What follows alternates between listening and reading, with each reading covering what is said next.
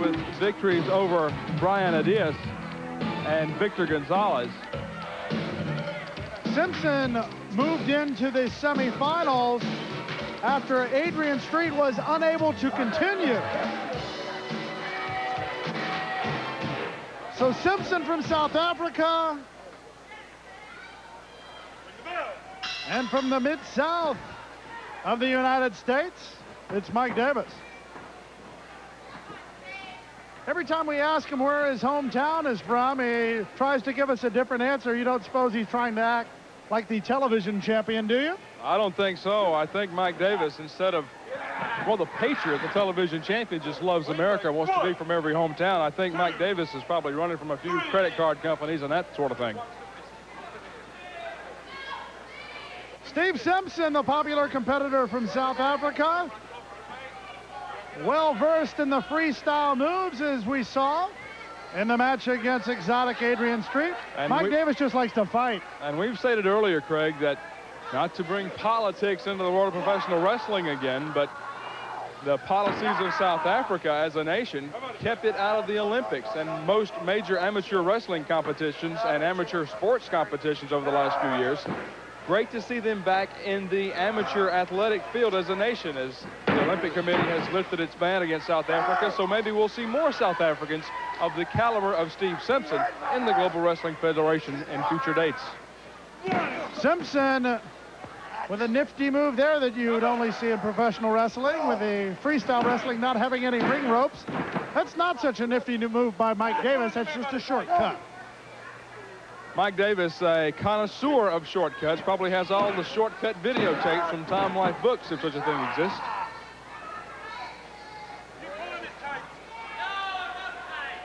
Simpson's still in control here. Maybe an 800 number or something we can call to get those things. Steve Simpson, we talked about this earlier also, Craig.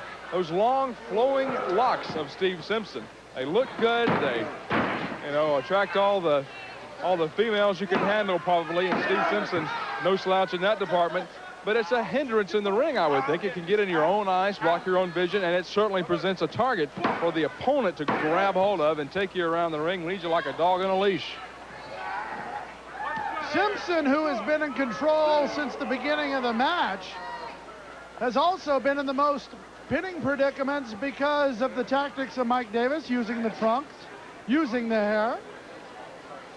But right now, it's Steve Simpson with a pinning predicament on Mike Davis. Count of one is all he's able to get as Davis rises to his feet. Sends Simpson into the ropes. The crisscross, both competitors.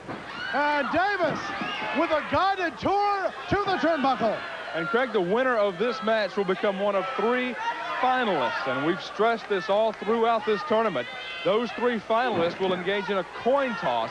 The winner of the coin toss will receive a bye into the actual final round. So this is an all-important match here, because the winner of this one will be one of the 3 that's left in the tournament. The only remaining semifinal other than this match is Jerry Lynn against John Tatum. Mike Davis now with the upper hand, called out an upper boot. Wow. Davis with a little bit of arrogance that may have cost him. Knee to the midsection, forearm to the upper back. Davis counters with a forearm of his own after the elbow. And using the mat as what most people would use a turnbuckle as, Mike Davis sends Simpson down to the canvas 2 times. That's a great way to get yourself a good case of mat burn there, as Steve Simpson meeting the mat head first at the hands of Mike Davis. Near fall counted by senior referee Sean O'Brien. Mike Davis seems to be adjusting to the single competition area here in the Global Wrestling Federation. Over the last few shows we've mentioned he is a tag team wrestler. Is very accomplished as a tag team wrestler, now wrestling solo. Simpson rolls up Davis, and Davis may have been looking for some help there. Absolutely. He is adjusting, is Mike Davis. Now Steve Simpson, also a tag team wrestler, along with his brother Sean Simpson. Both very accomplished light heavyweights.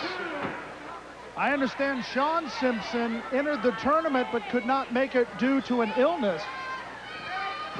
So Steve Simpson carrying the family banner into this light heavyweight championship tournament of the Global Wrestling Federation. Craig, we had many applications that came to the championship committee and the competition committee at the Global Wrestling Federation corporate offices in Barcelona, Spain.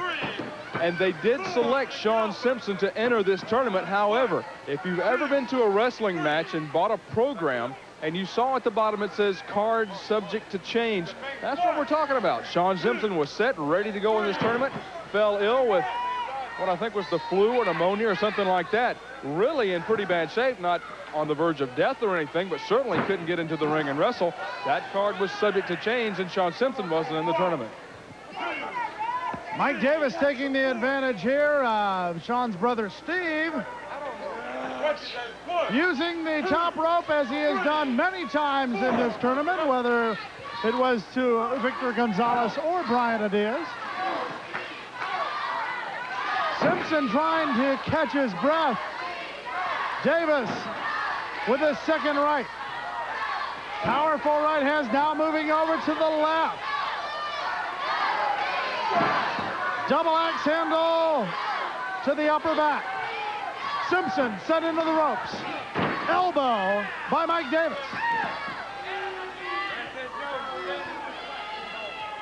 Mike Davis with the advantage after Simpson had tried to wear him down early in the match. And you can hear those punches there. Mike Davis really laying it on the back of Steve Simpson. You could hear those things all the way up here where we are, Craig. That's gotta hurt. It looked like he was going to go for a chop there. Instead went with a closed fist. Sends him over into the other corner. Tries for the splash.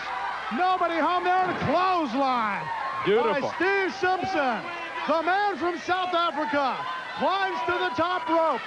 Sets up on the perch and comes down on Davis. Count of one, count of two. That's three. Ladies and gentlemen, your